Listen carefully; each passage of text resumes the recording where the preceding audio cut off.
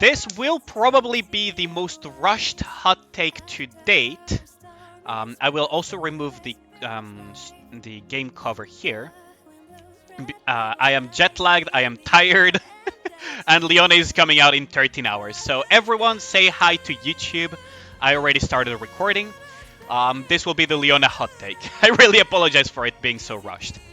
So Leona is a supporter B2 shotgun water-coated. She has a 2-on-1 attack damage ratio, which is kind of average. Ammo capacity of 9. I swear to God, if you guys start spamming the sound gacha right now, I will disable it. So, her skill 1, Thunderous Roar, is a passive skill, activates after doing 5 normal attacks and affects all allies. It increases crit rate and it stacks up to 5 times and lasts for 5 seconds, which means that she will have it almost 100% of the time, and it's 11.3-ish% or so, or 11-ish% when fully stacked. And it also increases the maximum effective range by 20% for 10 seconds, which means that you just gain an additional tier of range for 10 seconds. Every 15 normal attacks for all allies with a shotgun. Her skill 2, Courageous Look, is activates when entering full burst. It increases hit rate by 20%, which is quite substantial, but honestly it's like a good line of OL. And also, to ally units with the highest attack and being shotguns, it increases the number of pellets by 5 for 10 seconds. Now, here's a thing to keep in mind. They already announced that increasing pellets does not increase the damage.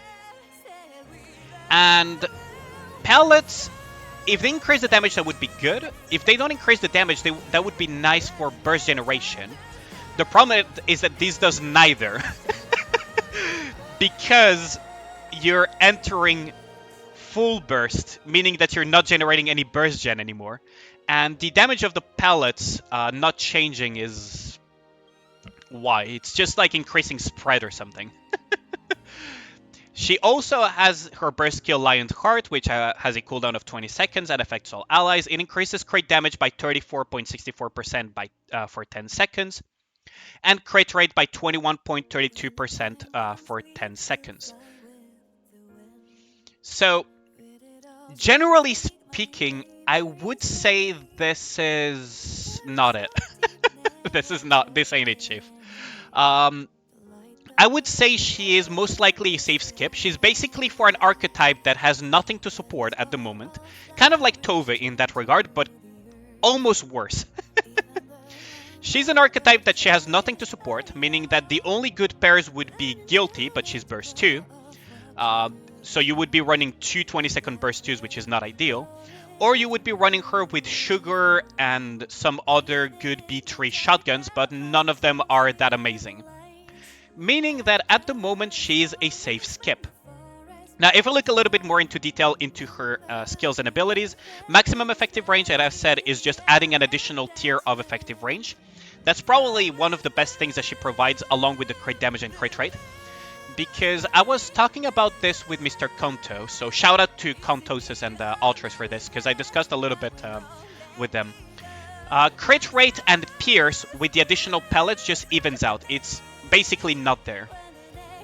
The burst generation is not there either with the increased number of pellets.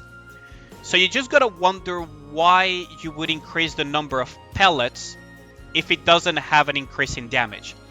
By the way, I was wondering about something, and Kontosis also corrected me on that one, is whether or not the increase in pellets would reduce the damage, but that's not a concern anymore. Because if you go into the Nikke damage calculator, I definitely should check this more frequently. So if you go into the Nikke damage calculator, the base damage is the base attack that multiplies the sum of the attack buffs minus the defense, meaning that that's where the damage reduction gets put at by the monster's defense, and then you multiply it by the weapon skill multiplier, meaning that the increase in pellets does not run into the risk of getting completely hard blocked by the monster defense, because you would have less damage per pellet in theory.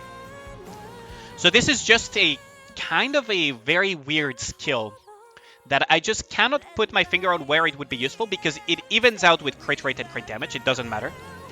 With Pierce, it kind of evens out over a long fight as well. And it will basically it increases the number of pellets. If it was longer than 10 seconds, it could have a usage. But here, pellets are not power damage calculation. Oh, but then to answer that question, it's quite simple. Once you are done in the Nikke damage calculator, so let's imagine that she had this ratio. Let's imagine she had like 20 pellets. Once you're out of this, you would divide it by the number of pellets, basically. So you would have your base damage, and then you would divide this by the number of pellets. So if you have like 10 pellets, then you would just fetch this. Then you would just fetch this, and you would have the damage per pellet, right? And if you increase the number of pellets, you would have the number of damage per pellets. But the total damage remains completely unchanged. Meaning that there is nothing really that would... In theory, crit rate and core hits and everything could increase that. But the problem is that this evens out over a whole fight. Whether you have more pellets or less pellets, it will even out over the whole fight. Just because each pellet critting and whatnot. So it really doesn't matter that much. Same for Pierce. Like, it really doesn't matter. So it really does make me question what they're trying to cook with the additional pellets. The hit rate is nice because it basically reduces the cone radius. But that's about it. If you want to run her into PvP, good luck with that, by the way. Because the increase in pellets means that this little dipshit called Jackal will generate all that more burst because of the pellet hits in the enemy team. Right? Oh, you, Proudent. No, let's not go into Proudent. There we go. Okay. So what happens with Jackal is that each pellet counts as burst generation. That's why she's so good at PvP versus shotguns. So good luck running... good luck running Leona in PvP. Because the pellet increase versus no damage increase whatsoever is just gonna freaking kneecap you so hard. So, good luck with that. So, at the moment, I would say she's a safe skip. Yo, Mr. Gold, how's it going, homie? I hope you're better now. So, that's basically it. She may be good for future proofing to get one copy of. But for the 99.99% of the Nikke population, if they're not collectors or future proofers, she's a safe skip.